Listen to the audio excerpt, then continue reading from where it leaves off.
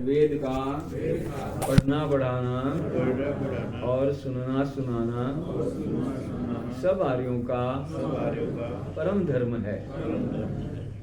तो इसी परम धर्म का पालन करते हुए हम इस मंत्र को दोहराएंगे मेरे पीछे पीछे। सपर्यगात शुक्रम अकायम अव्रणम अस्नाविरम शुद्धम अपापविद्धम कविहि मनीषी परिभू स्वयंभूर याथा तथ्यतः अर्थान व्यदधात शाश्वतीभ्यः समाभ्यः। तो इस प्रकार से ये मंत्र है जो पद के अनुसार मैंने ये किया। तो एक विद्वान योगी परमेश्वर का स्वरूप अन्य साधारण जनों को बता रहा है कि हे मनुष्यों, यह जो ब्रह्म है इसको जानो। ब्रह्म को जानने से सब कुछ जाना जाता है। देखो एक प्रसंग आया, वहां पर यह कहा गया कि भाई किसको जानने से सब कुछ जाना जाता है, किसको पाने से सब कुछ पाया जाता है।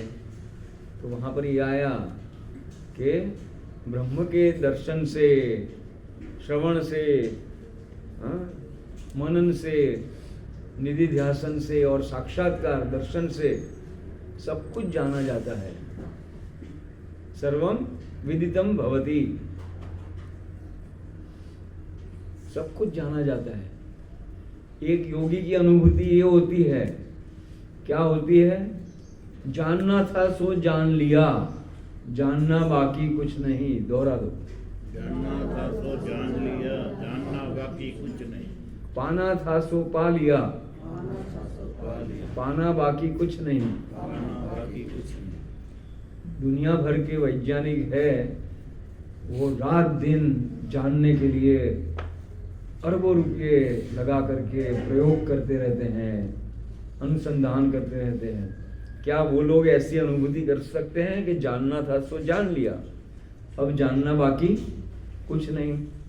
ऐसी अनुभूति कर सकते हैं? नहीं कर सकते हैं। और दुनिया भर में बड़े बड़े सेठ हैं, भारत में भी है, अंबानी है, टाटा है, अडानी है, उन्होंने बहुत सारी संपत्ति अर्जित कर ली है। क्या ये लोग ऐसा अनुभव कर सकते हैं कि पाना था सो पा लिया, पाना बाकी कुछ नहीं? ऐसी अनुभूति नहीं कर सकते हैं। मनुष्य के लिए तो ये आया है कि मनुष्य यदि पूरी पृथ्वी का साम्राज्य भी प्राप्त कर लेवे और वो युवा है, शक्तिशाली है और सब कुछ अनुकूल है, तो भी उसकी तृष्णा समाप्त नहीं होती है। कि वो कहता है कि चांद पर भी जाकर के कब्जा जमाओ, अब मंगल पर कब्जा जमाओ, इसको भी कब्जा करो, इसको भी करो। तो पाना उसके लिए अभी बाकी है, तृष्णाओं का अंत नहीं है। तो ये अनुभव ईश्वर को जानने पर होता है। वो ईश्वर कैसा है? वो ब्रह्म है, वो शुक्रम, पहला शब्द आया शुक्रम, वो शुक्रम आशुकारी, जल्दी जल्दी काम करने वाला है, सर्वशक्तिमान है, अपनी शक्ति से काम करने वाला, किसी की भी सहायता न लेने वाला, ऐसा सर्वशक्तिमान। अच्छा ये बताइए, सर्वशक्तिमान का अर्थ आप क्या समझते हैं? कई लोग ऐसा करते हैं, सर्वशक्तिमान माने जो कुछ चाहे वो कर लेवे। क्या ये अर्थ सही है? ईश्वर जो चाहे वो कर लेवे, ये अर्थ सही है सर्वशक्तिमान का? तो फिर इसके ऊपर आक्षेप आएगा। क्या ईश्वर अपराध कर सकता है? क्या ईश्वर असत्य बोल सकता है? नहीं कर सकता है। अन्याय कर सकता है? नहीं कर सकता है। ईश्वर अपने आप को मार सकता है? नहीं मार सकता है। तो सर्वशक्तिमान का अर्थ है यहाँ तक शक्ति की बात है कि इसमें इतनी शक्ति है कि दूसरे से शक्ति लेने की जरूरत नहीं है, ये अर्थ है। सर्वशक्तिमान का अर्थ ये नहीं कि अपनी इच्छा से स्वेच्छा से काम करना, वो भी अपने नियमों में रह करके काम करता है। एक प्रश्न आपसे पूछूं, क्या ईश्वर रोटी बना सकता है? हाँ जी स्वामी जी, क्या उत्तर आएगा? ईश्वर रोटी बना सकता है? इसमें ऐसा है, ईश्वर बना सकता है लेकिन नहीं बनाएगा नहीं। ईश्वर में सब विद्या है, ईश्वर की दी हुई विद्या से तो हम रोटी बनाते हैं, तो क्या ईश्वर रोटी नहीं बना सकता है? बना सकता है, लेकिन उसके नियम में न होने से वो बनाएगा नहीं। असंभव कार्यों को भी करेगा नहीं, पाप को माफ नहीं करेगा। तो सर्वशक्तिमान का अर्थ ये लेना चाहिए कि अपने नियमों में रहते हुए अन्यों की सहायता के बिना अपने सारे कामों को करने वाला ईश्वर है। अब जो है आप लोग तो बिल्कुल, कई तो पहली बार शिविर में आए हैं, तो ईश्वर जो है एक है, ईश्वर सर्वत्र रहता है, यानी कि सर्वव्यापक है। अब सर्वत्र रहते हुए कुछ वो काम भी करता है या बैठा रहता है? कुछ काम करता है ईश्वर? ईश्वर के काम गिनाइए, ईश्वर क्या काम करता है? ईश्वर के काम गिनाइए। तो ये आप लोग जो है यहाँ से सीख करके जाओगे, फिर अपने पोतों को, दोहतों को, ये सब या आसपास के बच्चों को इकट्ठा करके 20 मिनट क्लास लो इनकी और इनको सिखाइएगा। आपकी भी जान, आपका भी जान और बढ़ेगा और परोपकार भी होगा। तो ईश्वर के 5 मुख्य कार्य गिनाते हैं। पहला काम क्या होता है? ईश्वर सृष्टि की रचना करता है। दोहरा दीजिए, ईश्वर सृष्टि की रचना करता है। हाँ, ईश्वर सृष्टि का पालन करता है। ईश्वर सृष्टि का पालन करता है। ईश्वर सृष्टि का विनाश करता है। ईश्वर सृष्टि का संहार करता है। ईश्वर हमारे अच्छे बुरे कर्मों का फल देता है। ईश्वर हमारे अच्छे बुरे कर्मों का फल देता है। ईश्वर हमें वेदों का ज्ञान देता है। कितने हो गए? 5 हो गए। तो ये 5 कार्य याद रखने चाहिए। ये तो मुख्य मुख्य कार्य है, और भी काम है, और भी कई सारे काम हैं, और वो सारे काम जो है शीघ्र शीघ्र कर लेता है, फटाफट कर लेता है। इस जगत में इसी समय लाखों प्राणी मर रहे हैं, तो मर गए तो उनको दूसरा जन्म, दूसरा शरीर देना है, वो फटाफट दे देता है या नहीं देता है? या पेंडिंग रहते हैं उसके पास केस? नहीं रहता है पेंडिंग, तत्काल उसको जन्म मिल जाता है। और भी कई सारे काम जो है वो शीघ्र शीघ्र करता है, और वो सर्वशक्तिमान है।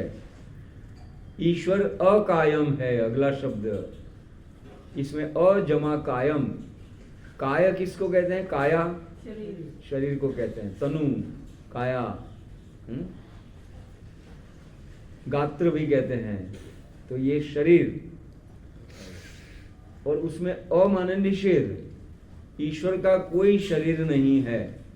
हमारे कितने शरीर हैं? कौन बताएगा? हम जीवात्माओं के कितने शरीर होते हैं? 3 शरीर होते हैं। कौन कौन से? सूक्ष्म शरीर, स्थूल शरीर और कारण शरीर। ये भी जानते हैं कि कारण शरीर कौन सा और सूक्ष्म कौन सा और स्थूल कौन सा? स्थूल तो जो हमें दिखाई देता है, ये हमारा स्थूल शरीर है, 5 महाभूतों से बना हुआ स्थूल शरीर है। अब जो है सूक्ष्म शरीर कौन सा है? मन, बुद्धि, अहंकार।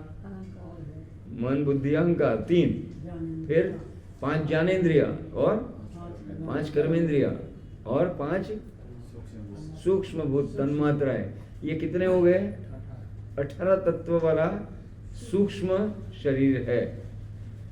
और वो हमें सृष्टि के आरंभ से मिला है, अथवा तो हम मोक्ष से आए हैं तो उस समय मिला है, और वो हमारे साथ रहेगा जब तक मोक्ष नहीं होगा, तब तक हम जीवात्माओं के साथ रहेगा। उसमें घिसावट भी नहीं होती इतने। हमारा ये भौतिक शरीर जो है, स्थूल शरीर है, वो तो 50, 70, 100 वर्ष में समाप्त हो जाता है, जीर्ण शीर्ण टूट फूट जाता है। और वो सूक्ष्म शरीर बहुत लंबे काल तक रहता है और ये हमारे साथ जाता है। कई लोग कहते हैं ना कि ये जीव आया तो क्या लेकर के आया था और क्या लेकर के जाएगा, तो वो सूक्ष्म शरीर उसके साथ है जन्म जन्मांतर से। इसलिए तो हम देखते हैं कि एक 5 साल का बच्चा है, वो बड़े से बड़े तबला वादक झाकिर हुसैन के साथ तबला बजाता है। छोटा बच्चा, 4 साल का बच्चा, 4 साल का बच्चा जो है इतनी अच्छी आवाज में और ऐसे ही बड़े बड़े कलाकारों की जो है गीत गाता है। 5 साल का बच्चा वक्ता होता है, प्रेरणा देने वाला होता है, मोटिवेशनल स्पीकर बन जाता है 5 साल का बच्चा। ये कैसे आया कि उसके सूक्ष्म शरीर में संस्कार है और फिर उसने पिछले जन्म में मेहनत की है तो वो उसके साथ चलती है। तो ईश्वर का क्या ऐसे शरीर है क्या?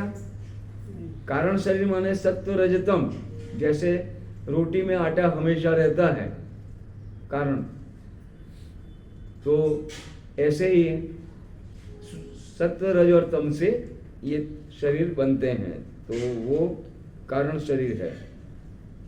तो स्थूल, सूक्ष्म और कारण शरीर से रहित है ईश्वर, और वो है अव्रणम। अगला शब्द है क्या है? अव्रणम। व्रण कहते हैं छिद्र, तो वो छिद्र रहित है और ईश्वर में छेद नहीं होता है। एक हमारे पास ये फ्लेक्स की शीट है, इसमें हम भाला मार देवे तो क्या हो जाएगा? छेद हो जाएगा, छिद्र। एक टीन के पतरे की चादर है और उसके ऊपर बुलेट चला दी तो क्या हो जाएगा? छेद हो जाएगा, छिद्र हो जाएगा। तो वो ईश्वर में इस प्रकार का कोई छेद नहीं होता है। और छिद्र से रहित है, तो छिद्र का अर्थ दूसरा भी लेंगे कि जैसे कि एक व्यक्ति में दोष है तो दोष को भी छिद्र कहते हैं ना। तो ये व्यक्ति बहुत अच्छा है लेकिन उसमें एक छिद्र है, क्या है?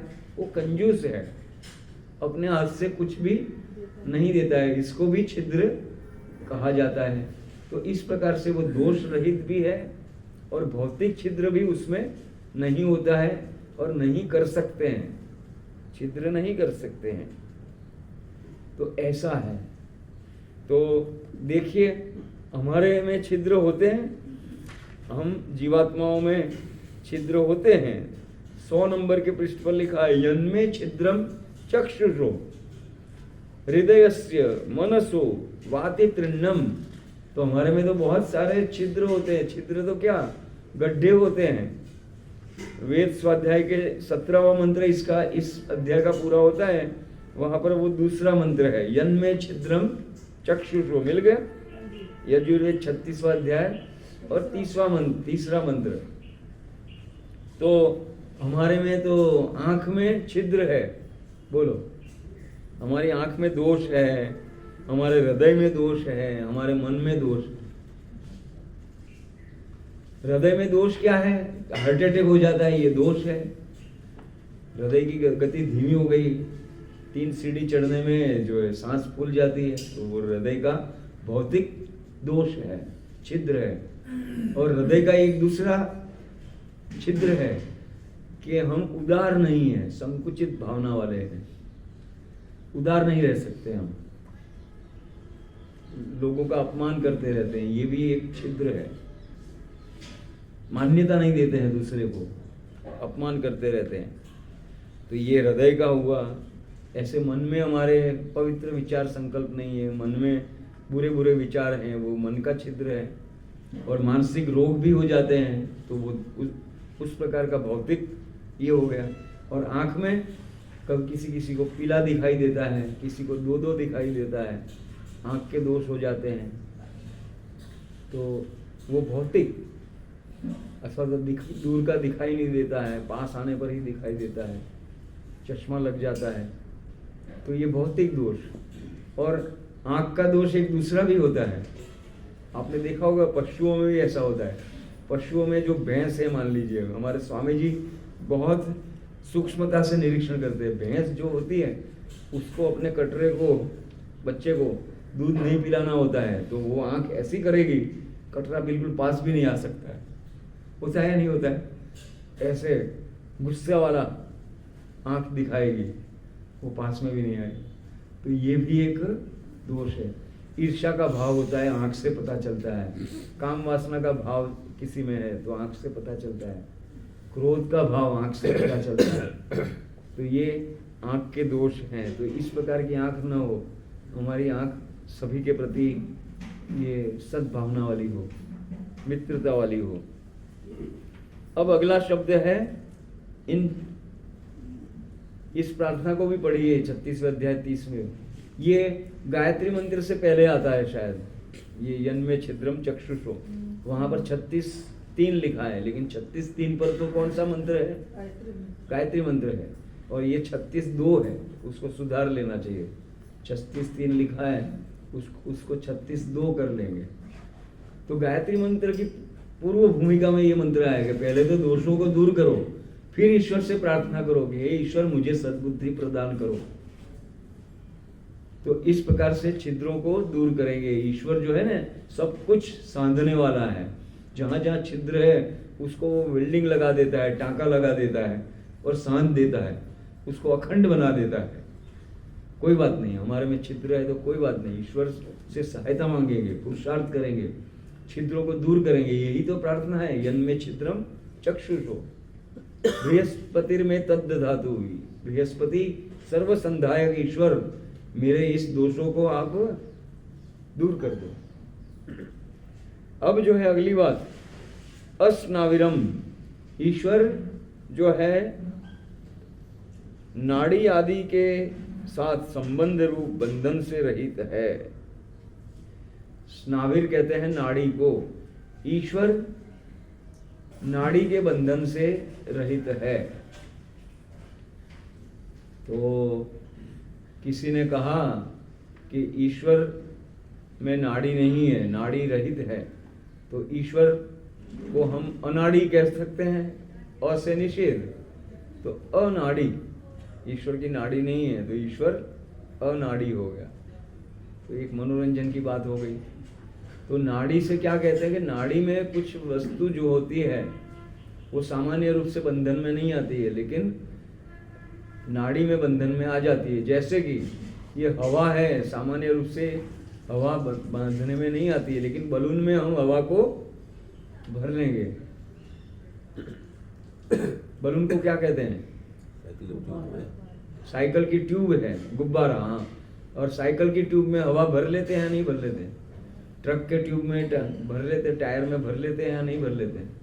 और उसके ऊपर तो टन बंदी माल चला जाता है। देखो हवा कितना काम करती है, लेकिन उसका बंधन हो जाता है ट्यूब में। तो ईश्वर को इस प्रकार से भरा नहीं जाता है, बंधन में लाया नहीं जा सकता है। और हमारे शरीर में नाड़ियां जो है उसमें रक्त संचार है, तो रक्त जो है वो नाड़ियों के मार्ग से जाता आता है। तो ईश्वर को इस प्रकार से बांधा नहीं जा सकता है, आवरण में नहीं ले सकते हैं। तो बंधन से रहित है, नाड़ी आदि के संबंध रूप बंधन से रहित है। ईश्वर की कोई नस नाड़ियां नहीं है। शुद्धम, तो ये अकायम तो कह दिया, तो अकायम से तो नाड़ी आदि सब आ गया, लेकिन इसका विशेष प्रयोजन है। क्या प्रयोजन है? कि ईश्वर के नस नाड़ी नहीं है, शरीर नहीं है, परंतु क्या ईश्वर को कोई ऐसा तर्क करेंगे? ईश्वर को जैसे गुब्बारे में हवा भर लेते हैं, ट्यूब में हवा भर लेते हैं, वैसे ईश्वर को भी भरा जा सकता है? नहीं भरा जा सकता है। ये स्पष्टता करना चाहते हैं, इसलिए कोई पुनरावृत्ति नहीं है, एक नई वस्तु है ये, और वो शुद्धम है, वो अविद्यादि दोषों से रहित है, सदा पवित्र और अपाप विद्धम, जो पाप युक्त और पापकारी और पाप में प्रीति करने वाला कभी नहीं होता है। न स्वयं पाप करता, न करवाता, न समर्थन करता, हमेशा विरोध करता है। समर्थन नहीं करता है, विरोध करता है, करवाता भी नहीं है पाप। हमेशा रेड लाइट देता है कि ये मत करो मत करो। अंतरात्मा से आवाज आती है ईश्वर की ओर से, इस काम को मत करो। तो ईश्वर की ये बड़ी कृपा है कि वो पाप युक्त स्वयं नहीं होता है और पापकारी नहीं होता है और पाप में प्रीति करने वाला भी कभी नहीं होता। और वो परिअगात, पहला शब्द है जो है परिअगात, तो परिअगात सब ओर से व्याप्त है, सब ओर पहुंचा हुआ है, अगात पहुंच गया है। हम कहीं पर भी जावे तो वो पहले से ही पहुंचा हुआ है। और कवि किसको कहते हैं? कु शब्द, कु माने शब्द, और शब्दों को जानने वाला, भाषाओं को जानने वाला, सब कुछ जानने वाला। कल एक प्रसंग आया सुबह के प्रवचन में, ये इस संसार में सबसे अधिक भाषा कौन जानता है? आया था प्रसंग। इस संसार में कल के प्रवचन में कौन कौन थे? ब्रह्मचारी लोग भी थे सुबह के प्रवचन में। हाँ, इस संसार में सबसे अधिक भाषा कौन जानता है? तो इन्होंने कहा कि योगी आदित्यनाथ जी सबसे अधिक भाषा जानते हैं। क्या कारण? उन्होंने क्या कहा कि जो जिस भाषा में समझता है मैं उसको उस भाषा में समझाता हूँ। तो इसका अर्थ ये हुआ ना कि बहुत सारी भाषाओं को जानते हैं। तो ये एक मनोरंजन है। तो ईश्वर तो सारी भाषाओं को जानता है। क्या ईश्वर अफ्रीकांस भाषा को जानता है? कोई व्यक्ति अफ्रीकांस भाषा में प्रार्थना करे तो उसको वो स्वीकारेगा या नहीं स्वीकारेगा? कोई इंग्लिश में, कोई जर्मन में, कोई फ्रेंच में, पॉलिश में, कोई रशियन में प्रार्थना करेगा तो वो जानेगा या नहीं जानेगा? कोई व्यक्ति विचारेगा तो क्या भावना, क्या विचारा, वो जान लेता है ना। तो सारी भाषाओं को जानने वाला सर्वज्ञ है। कवि माने सर्वज्ञ है। और मनीषी सब जीवों के मनों की वृत्तियों को जानने वाला है। मन के अंदर बैठा है और भावनाओं को भी जानता है, ये किस भावना से काम कर रहा है। मनीषी है और मन का नियंत्रण भी करता है। अच्छे काम में क्या देता है? आनंद, उत्साह और निर्भयता। तीन को याद कर लो, दोहरा लो। आनंद, उत्साह, निर्भयता। किस में? अच्छे काम में। इसी का नाम पुण्य। दोहराइए, जिस काम को करने से पहले, करते समय, करने के बाद आनंद, उत्साह और निर्भयता प्राप्त होवे, वो पुण्य कार्य, वो धर्म, वो न्याय, वो सत्य, ये सारे पर्यायवाची शब्द। और जिस काम को करने से पहले, करते समय, करने के बाद भय, शंका, लज्जा होवे, उसका नाम पाप, उसका नाम अपराध, उसका नाम अन्याय। तो ये पाप और पुण्य की परिभाषा हो गई। तो ये जो है मन की वृत्तियों को जानने वाला है, तो रोकता है हमें, मन के अंदर नियंत्रण करता है कि ये गलत काम है, अन्याय है, इसको मत करो, भय, शंका और लज्जा करके।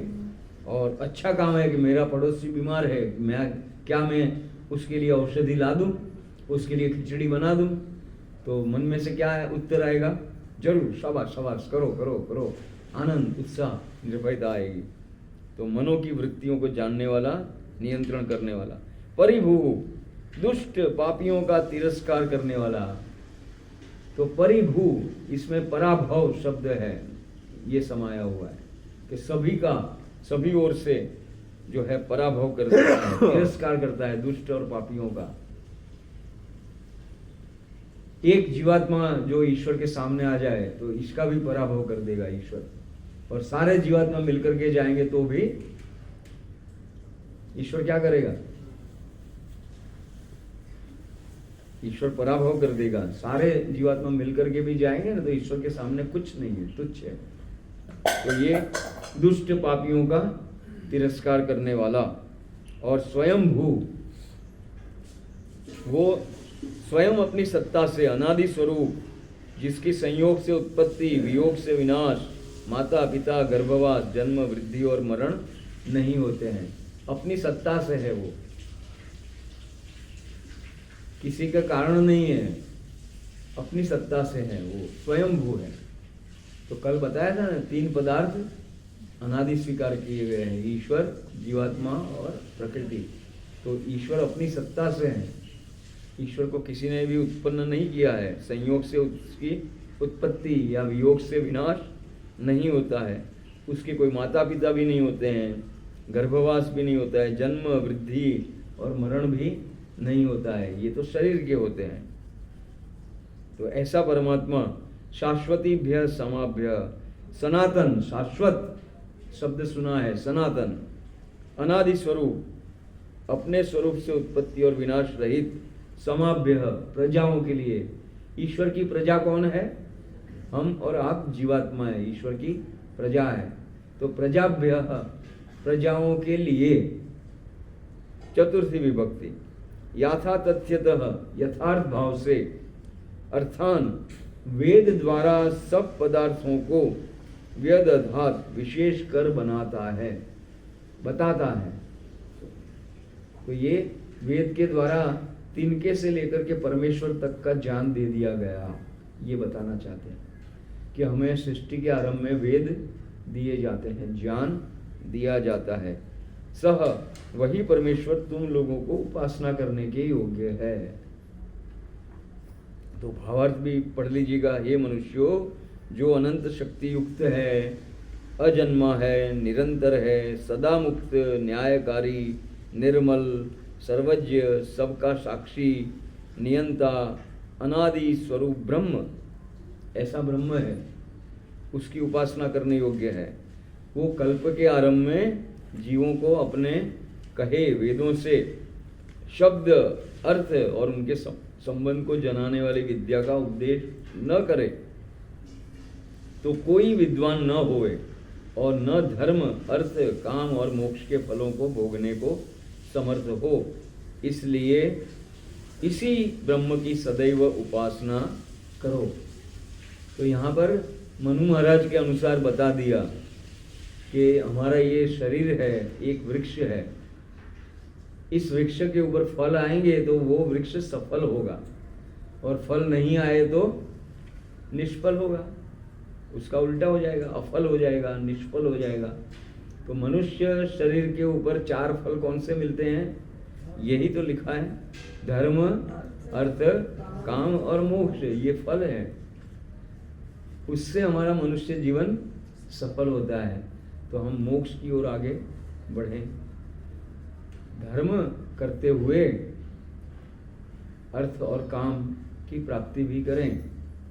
हमारे पास खूब धन हो, साधन हो, व्यक्ति भी हो, सेवक भी हो, खूब हो, अनुकूल हो, और फिर उससे हम अपनी सद इच्छाओं की पूर्ति करें। ये है काम।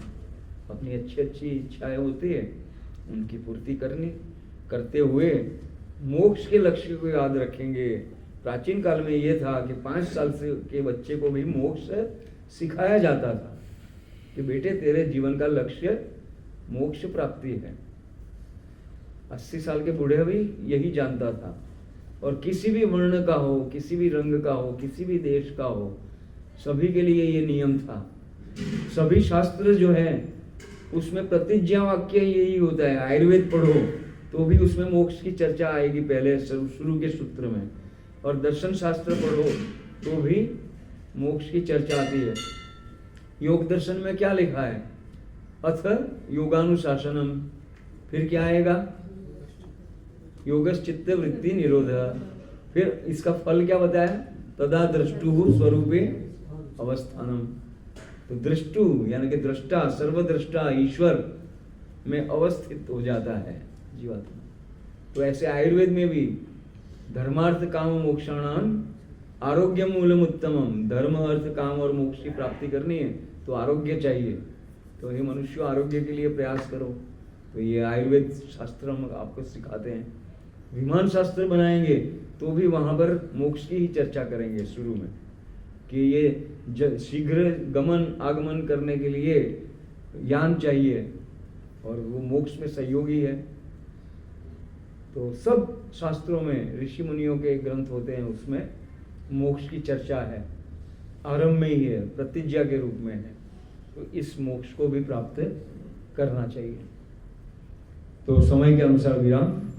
आगे आप लोग याद करेंगे आर्य समाज का दूसरा नियम, जीवन का परम लक्ष्य याद करेंगे, फिर ऐसे मंत्रों को याद करेंगे, सपर्यगात इस मंत्र को भी याद कर सकते हैं और याद करके सुनाइए।